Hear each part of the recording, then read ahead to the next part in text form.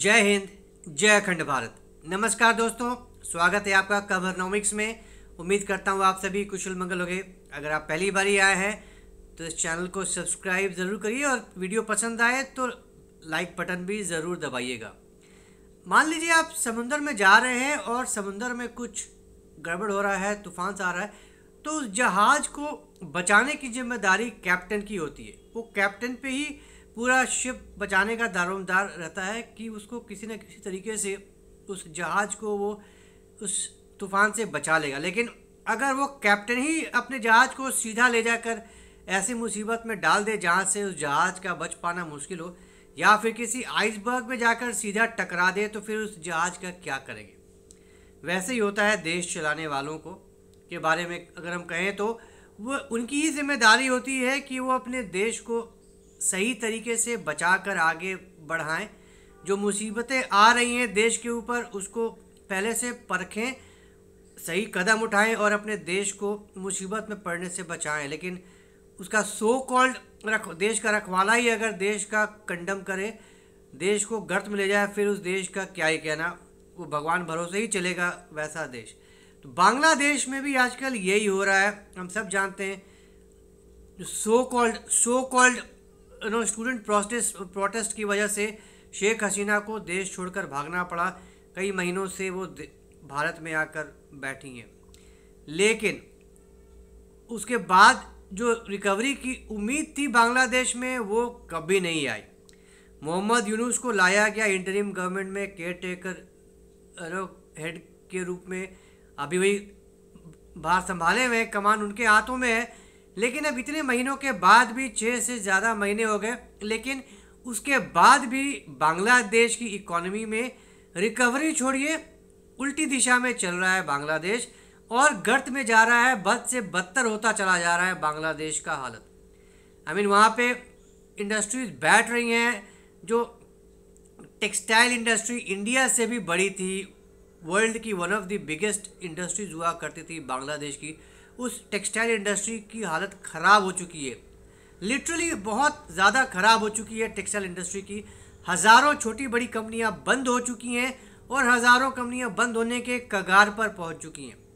बाहर से अब बड़े बड़े ऑर्डर्स नहीं आ रहे हैं। स्ट्रगल कर रही हैं कंपनियां अपने आप को जिंदा रखने के लिए, और उधर बंद हो रही हैं तो फ़ायदा सीधा हिंदुस्तान को हो रहा है, क्योंकि अब हिंदुस्तान से कभी किसी कोई प्रॉब्लम नहीं था। It just because of cost factor, cheap labour factor, Bangladesh India से आगे चल रहा था। लेकिन अब वो सारा का सारा बिजनेस इंडिया में आ रहा है, तो किसी का लॉस किसी का फ़ायदा।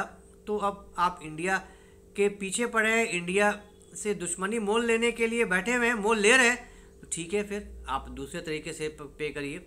तो बांग्लादेश का जो मेन स्टे था इकोनॉमी का, वही अभी बिल्कुल धरातल पर पहुंचा हुआ है। बहुत ज़्यादा हालत ख़राब है टेक्सटाइल इंडस्ट्री का, और अभी आने वाले समय में कोई उम्मीद नहीं है कि ऐसा कुछ हो जाए कि वापस रिकवरी मोड में चला जाए टेक्सटाइल इंडस्ट्री। तो वो एक सबसे बड़ी चिंता है बांग्लादेश की। इसके अलावा अगर फॉरेक्स रिजर्व की बात करें तो उसमें भी लगातार कमी आ रही है।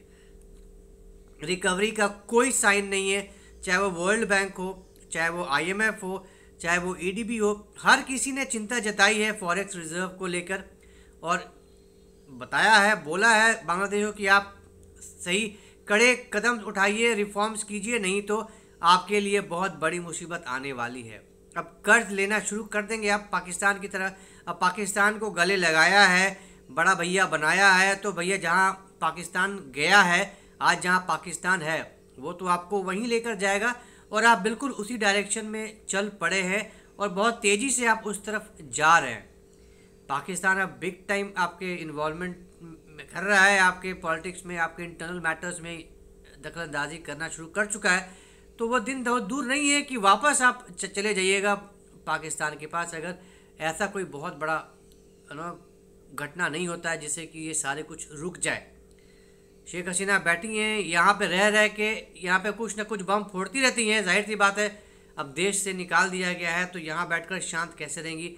वो अपने पार्टी को रीग्रुप करने की कोशिश कर रही हैं। BNP जो शेख हसीना की ऑपोजिट पार्टी है, अब तो उसके भी सुर बदल गए हैं। अब वो भी अभी तक जो शेख हसीना के खिलाफ थी, अब उसके सुर भी बदल गए हैं। अब वो भी मोहम्मद यूनुस से उसके ताल नहीं बैठ रहे हैं। वो भी अब उसके अगेंस्ट में आ गई है वो पार्टी। अब वो भी बहुत मुखर हो गई है, बहुत ही स्ट्रांगली अपोज कर रही है यूएस गवर्नमेंट को, उसके पॉलिसीज़ को, उसके जो आगे आने वाले समय में जो उसके प्लान्स हैं, उसके रिफॉर्म्स के प्लान्स हैं, वो सबको बहुत ज़्यादा क्रिटिकल तरीके से देख रही है। बीएनपी भी इलेक्शंस का कुछ अता पता नहीं है, सिर्फ अश्योरेंसेस ही मिल रहे हैं। तो आने वाले समय में कहाँ जाएगा बांग्लादेश कुछ पता नहीं। एज ऑफ नाउ जो हालात वो यही हैं कि पिछले 6 महीने में बांग्लादेश की हालत बद से बदतर हुई है। बेहतरी की कोई आशा नहीं है, कोई संकेत नहीं है। देयर आर नो इंडिकेशंस कि बांग्लादेश अब यहाँ से रिकवरी के मोड में आने लगा है या आने वाला है।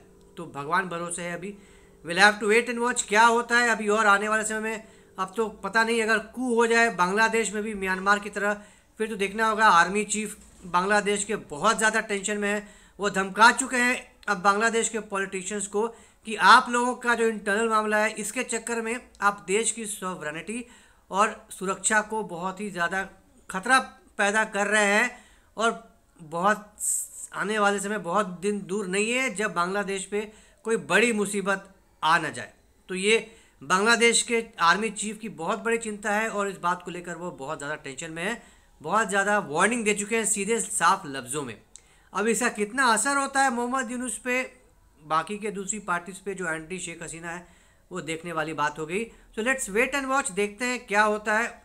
सुधर जाए हालत, उसी में सबकी भलाई है।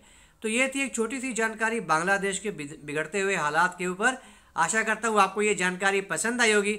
तो अगर ये कंटेंट पसंद आया तो हमारे इस वीडियो को लाइक करिए, शेयर करिए और हमारे चैनल को सब्सक्राइब ज़रूर करिए। बेल आइकन भी ज़रूर दबा दीजिएगा। तो जल्दी मिलेंगे एक ऐसे नई इंटरेस्टिंग वीडियो के साथ। तब तक के लिए जय हिंद, जय अखंड भारत, नमस्कार।